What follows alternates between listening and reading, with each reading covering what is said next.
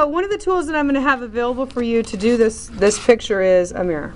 All right, so I have a basket of mirrors because, like, even I, who have drawn myself several times, needed to look in the mirror and say, well, what does my hair do? You know, what kind of a shape is my hair? And so I started doing that. Now, I only have the very first requirement, which is drawing my body at least as big as, what, my 4 fingers? So mine is actually twice that, so I'm good to go on there, right?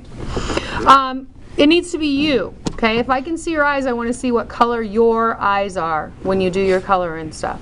All right, we should be able to hopefully somewhat recognize you. If not, just not be opposite you. You know, I don't want to see brown hair when you have blonde hair, or you know, that kind of thing. So as I look at this, I still need lots of details. I need what clothes I was wearing. Here's my seatbelt. There's my face. But I want to do the demonstration so you can get started for those of you who have already drawn. For coloring. One of the requirements is that this needs to be you. So the first thing I'm going to do is I'm going to get my colored pencil set and I'm going to start pulling out colors that would represent my skin tone. Okay? So now keep in mind, it's not just your basic skin tone, but it's a light and a dark version of that as well. Because everything that I color on this cover, I need 3 values. The word value means dark and light versions of the color. Okay, so if this is kind of my skin color, it's kind of yellowy, it's a little jaundiced there, then I need to have a darker version, which might be kind of the brownie, right? You know, this is my skin color, kind of more of a peachy instead of so yellow for me. Yeah, that's a little better. Then I might need a darker version and a lighter version. So I could use the yellowy kind of thing for my lighter version. Okay, so I kind of look through and find 3 values of the color of what I'm doing. All right, so I'm going to start with my main color, and some of you have already done some coloring on yours, and so I'm assuming you've colored it with the main value. All right, and this is why it's nice that this assignment is kind of versatile, because you can still go in, even though you've already colored, though you weren't supposed to, you can still go in and lay in your darks and your lights. The lights tend to be a little harder depending on the color.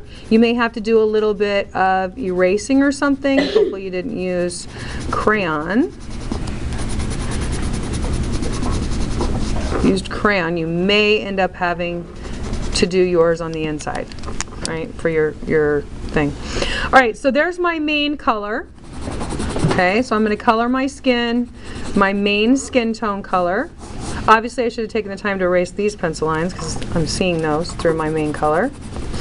Then I want to go in and add my dark values. So where on my face are there shadows? That's where this nice mirror comes in handy. So I know that I have some shadows to the side of my nose like this, and they go up into the eyebrow area. If I'm really tired, I have some shadows under my eyes a bit too. Okay. I have some shadows like around under my cheekbone, right? Your cheekbone kind of sticks out a little bit, so maybe not pushing as hard as I did by my nose, I can kind of lay in some of the shadows in the side of my face. Maybe I have a little bit of shading underneath or around my mouth, on the bottom of my mouth. Kind of look in the mirror. Maybe my hair kind of sticks out a bit and I have a shadow under my hair on my forehead. Okay, you will definitely have some shadows under your head here on your neck because your head is sticking out further, so you need to, and you see how these colors blend together, right? My main color and this kind of blend and mix together. What's really cool is that's true of crayon too. So if you did do crayon, you can do blending with crayon. My 5-year-old, when we go to a restaurant, she used to be really bummed at first when she only got 3 crayons. You know, because like, oh, good, I only have this, this, and this. Of course, they need to learn. They need to give you red, yellow, and blue, right? But she's always excited because she knows that if she has blue and red, she can make What color? Right, even with crayon, you can color the red, color the blue over it, and it becomes purple. It will mix together.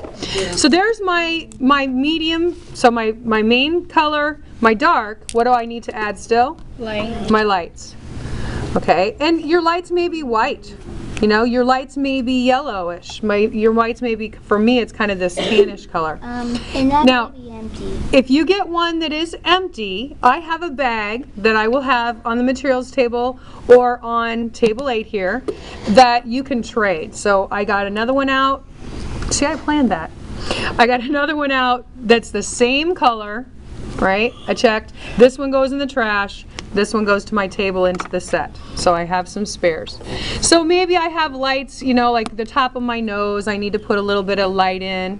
So I had those darks, but I also have the lights. I can kind of blend a little bit. The mediums, like above my cheek, that kind of thing. Now this isn't just going to happen on your skin tone. So West Des Moines has blue shirts. So I'm going to pick out first the color of the shirt, right? And then I say, well, I need a darker. Well, gosh, maybe there's not a darker blue. Maybe I need to use, is purple darker than blue, but kind of in the family? No. Yeah. That's kind of darker. Sure, I can use purple as my dark. And I need something lighter. Would this be lighter? Kind of this blue, blue green. Would those work? So this is the color of my shirt. And I choose a darker value and a Lighter. okay, now I'm ready to color my shirt. I start with my main color, right? Color that in. Now guys, I'm doing this really fast because I don't want to spend your class time watching me all the time. You're going to take a little more time, do a better job coloring, aren't you? Right? I still have like bits I've missed and all that good stuff. All right, so I'm coloring my shirt. Oh man, when I colored my shirt, my arm disappeared. Can I see my arm hardly anymore? No. You know what I mean here? Oh, you know what? I bet if I take my darker and I put a shadow under my arm, is that going to make my arm stand out now? Yep. Can you see my arm now? Yeah. What a trick is that, man? There could be like a shadow under the bottom of my shirt a little bit, or like wrinkles. Oh, there's like a wrinkle here. Am I coloring everything with my dark? No. No, that would be a mistake. You know what? This is further away. I'm going to make him darker. That whole sleeve back there darker. Wow. I'm starting to get 3D. cool. Yeah, 3D just by using dark, medium, and I don't have my light yet, so I better get my light action. Maybe there's some light on top of my arm, because if the shadow's under my arm, the light's going to be on the other side.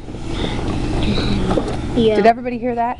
So, like, if there's the shadow, on the other side of the shadow is where the light's going to hit. So I'm going to put a little light action up here. For each of my shadows, I'm going to put a little tiny bit of light action too. So when I'm doing my grass, you know, I can choose not to color it all in the medium and just start putting in my light areas and my darker areas. Maybe at the top of the hill where the light's hitting it, it's going to be lighter. And then I can have my mediums under that. And then I can lay in some dark things every once in a while. So we need to have 3 values for each of the things that I color in my picture. A dark, a medium, and a light. So when you go to color something, you need to pick out 3 colors, not just 1 color.